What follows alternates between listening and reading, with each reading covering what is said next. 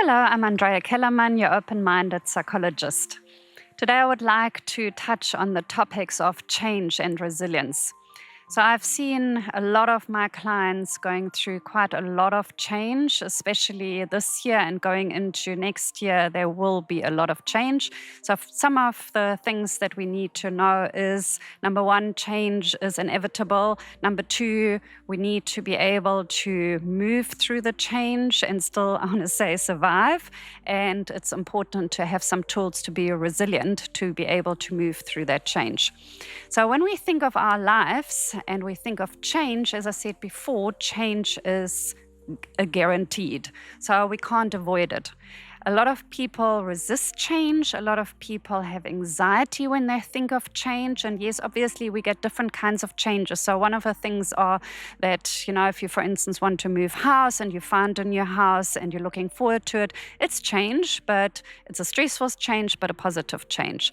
I'm talking more about change that is possibly out of your control, or things that are happening like, in a Mario game where there's the sort of boxing glove coming from the side and you didn't anticipate it. So that change is really, really hard. And we need to understand how to deal with it. And as I said, having tools to just be more resilient. So first of all, as I said, change is inevitable. It is important to understand that we live in a time that is energetically also quite hectic, if I want to use that word. We've had a lot of deaths and new births, or endings and new beginnings, and they seem to come quicker and quicker and quicker. So I have a lot of clients that experience that on a heightened level, where they maybe have lost a job or a loved one, or have been in an accident, and then one has to have a look how to navigate through all of that. Obviously, it is very hard. There are different phases that we need to go through if we, for instance, have lost a loved one or even a job, or if we have a breakup in a relationship. We go through different phases. Number one, we are in denial. Then we are going into bargaining. Then we feel quite angry. We possibly feel depressed. And then eventually we need to move into the acceptance phase.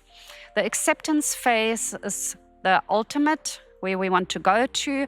And unfortunately, we have to go through those different phases to be able to manage to move. Some people get stuck, and that is really hard, because unfortunately, we have to go through all of that to get to a better outcome. So how to do this? We need to understand as well that our brains are overworked. It's like a muscle. If you, for instance, use your biceps in gym the whole time, after a while it will be tired. Your brain is exactly the same. It can get tired, overworked, and very stressed. So your brain can go faster and slower, like your heartbeat. If you're anxious, your heartbeat speeds up. Your brain can do exactly the same.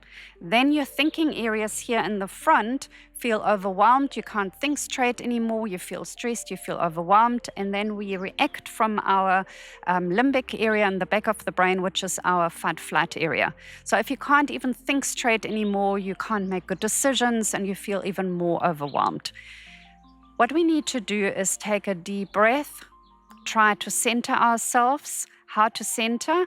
It's very good to go outside, to put your feet into the sand or on the grass, to have a nice routine where you have some stillness, meditate a little bit, eat the right foods that don't stress your body, and also give yourself enough time to be able to sleep and have some time out, because otherwise everything is just speeding up and you feel as if you're in a hamster wheel.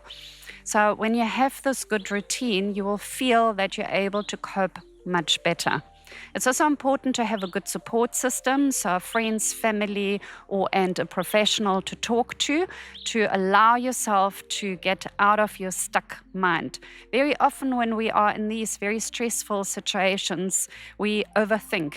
And when the brain overthinks, then we can't really trust our thoughts that much anymore, because we can think ourselves in and out of things the whole time, and then we don't know anymore what is right, what's wrong, what decisions to make, how to move forward. So to calm your brain down would mean that the thinking areas calm down. You don't have to react from your fight-flight anymore.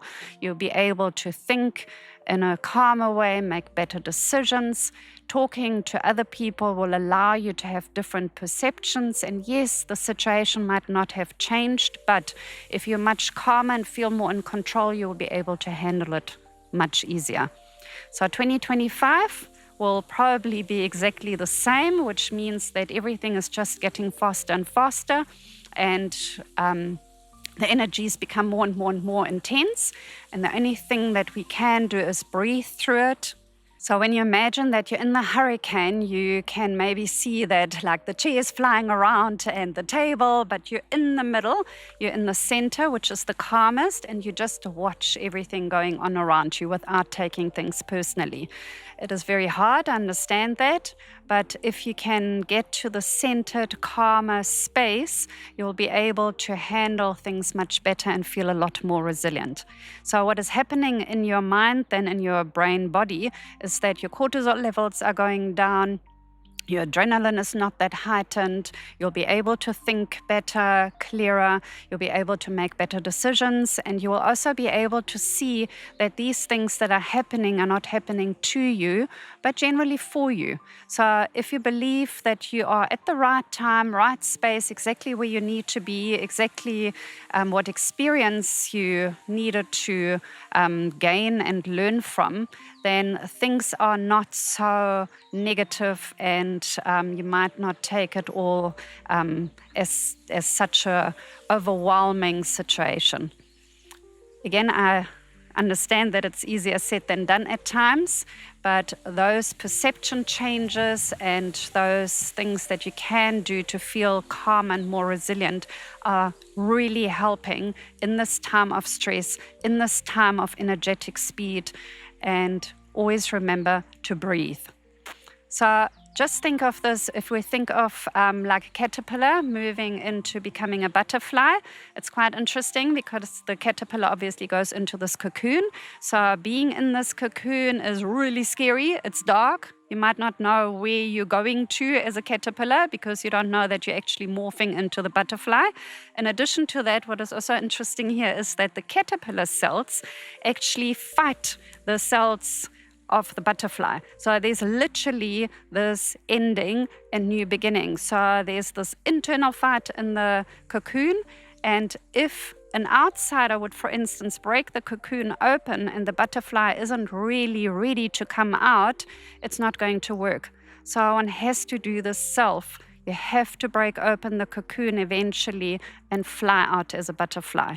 So yes, it's very hard, but if you have that kind of perception to life, you will manage much better, being a lot more resilient. I hope this helped. And if you like this, please share it with your friends, like it, and I'm going to talk to you soon.